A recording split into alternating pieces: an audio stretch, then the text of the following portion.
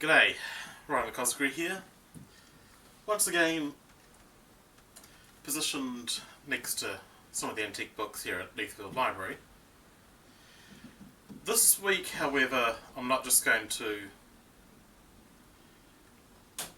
use them as a bit of set dressing. I am actually going to give you a little bit of a guided tour. I have been making a new catalogue of our older books here, and yeah, I think I'll show them to the world. Here we have a book called Underground Russia. Now, I have to confess that I have only skimmed this book a bit, and by the way, this library has been in operation since the 1860s. It was founded by the principal of the first principal of the primary school down the road. Or, if you're an American, you'd know that by the term elementary school. But anyway, so this book, Underground Russia, it's like I said, I've only skimmed it, but it's about who is likely to kick off a revolution in Russia. And it's written before Lenin got involved. So it would be quite interesting for an historian to... Yeah, Peter Kropotkin here. It would be quite interesting for an historian to go through this, and I would also be interested in being told... You know what, I'm going to film putting this back on the shelf. It would be interesting for a historian to illuminate us on why this little library in rural New Zealand has such a book. So, as you can see, we've got the usual kitsch airport novels for the retirees to read.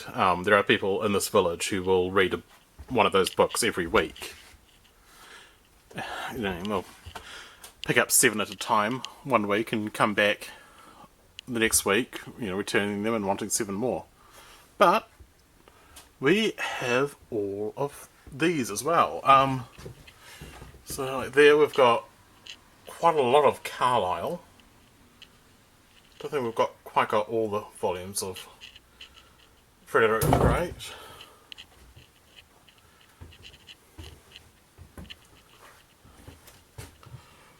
Got one book up here in this section, which I think we might have moved it, but on the Boer War.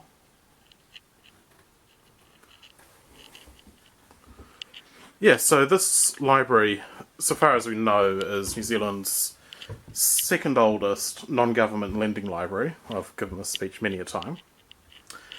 It's pretty much entirely volunteer run, although I have to confess we do get a lot of support from the local government, and actually we've become more integrated with them than I would wish.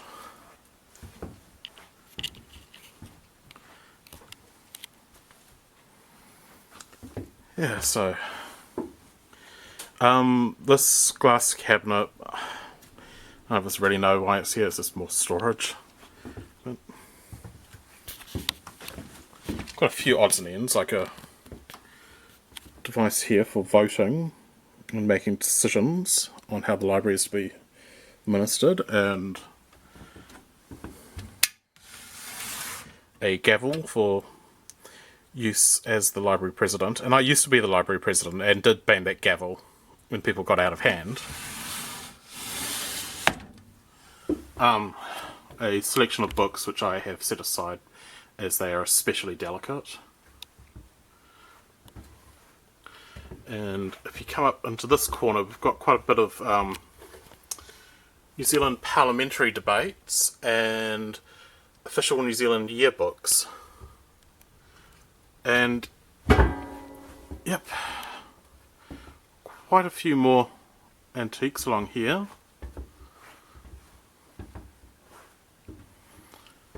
And quite a lot here. In fact, we've had to double shelf some of them because there's just so many. So, anyway, I'll select something else to show you. Now, here is another odd one. It is called The Invasion of 1910, and it's by William Lacroix, hope that's the right pronunciation, who is one of the first people to have played music on the radio. Now, this book is about World War One, but it was written 8 years before the war happened. There was either admiral or general who, I think after the First Boer War, was terrified that Britain wasn't as powerful as they thought they were, and in fact could be invaded by Germany any day now. Now, this book is something of a prototype to the modern political thriller, and it basically gets everything wrong except Britain or England, I should say, and Germany having a war in the second decade of the 20th century. Literally everything else in this book is incorrect. It has an enormous invasion fleet roll across the channel after the telegraph wires had been cut, so that warnings couldn't be sent from Holland.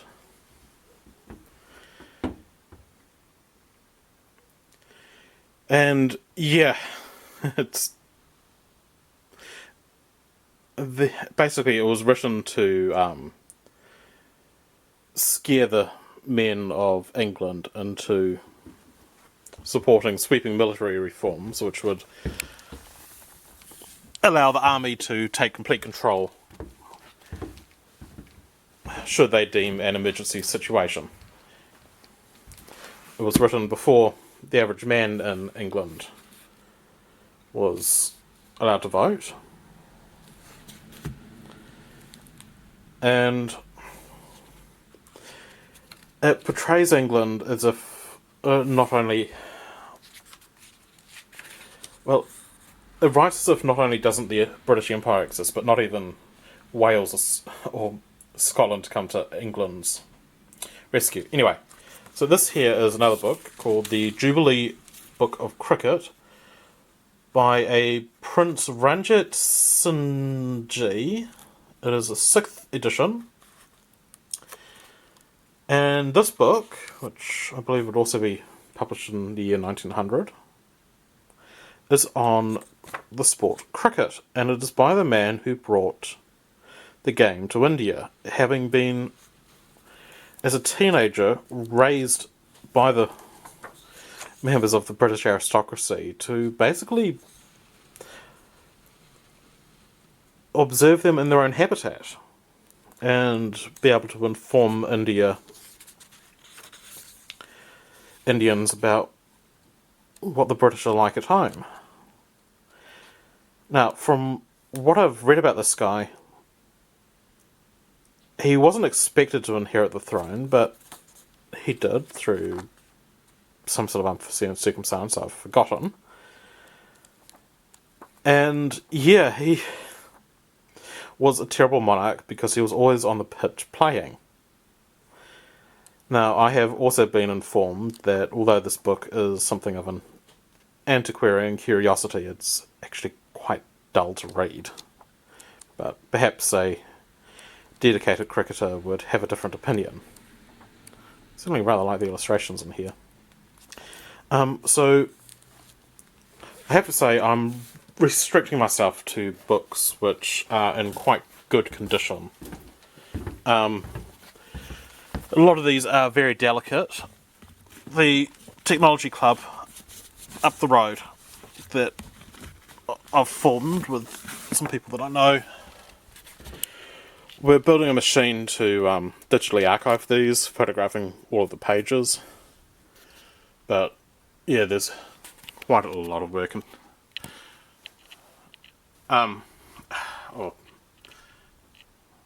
There's a bit of work to be done on that yet. And then the job of photographing every page will be enormous. So as you can see here from titles like Miss Bird's Japan and Japan and historical and descriptive. Yeah, a lot of these books are basically real Pith Helmeted Explorer kind of material.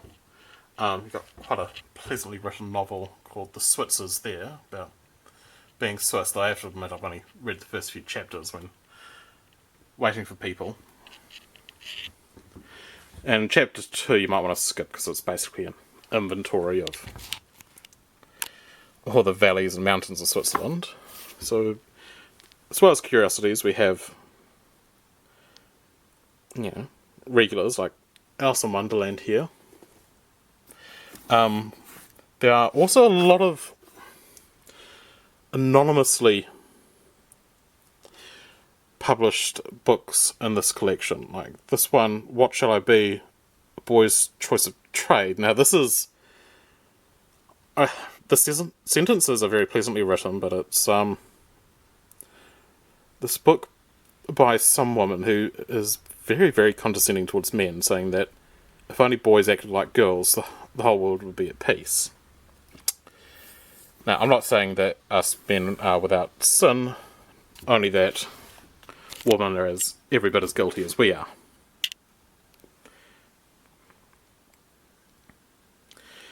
Yeah, so,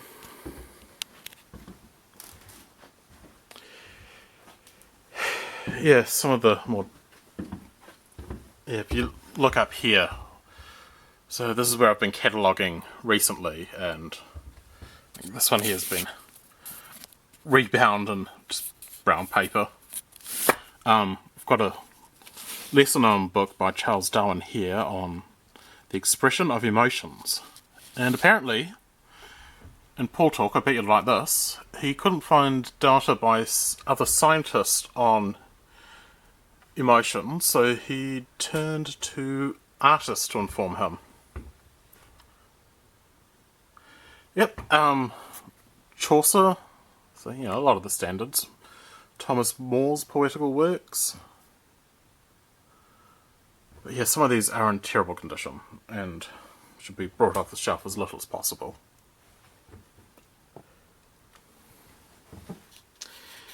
Yeah, there's one on alchemy, which might be a little bit hard to pull out. The Letters of Robert Louis Stevenson. I think those ones are on geography. And I've seen what the interior pages look like. They're very, very detailed. It's just a shame about the condition that they're in. A lot of these got stored in someone's garage for an extended period. Yeah, we even have quite a few university textbooks in here that I suspect are of a much higher standard than today's.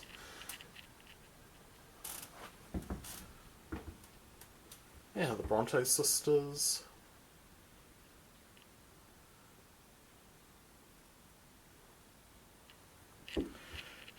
Yeah, anyway, that should do it for today. I hope you've enjoyed this little improvised tour of Leithfield Library video. I am Ryan McCosgrave, and I am over and out.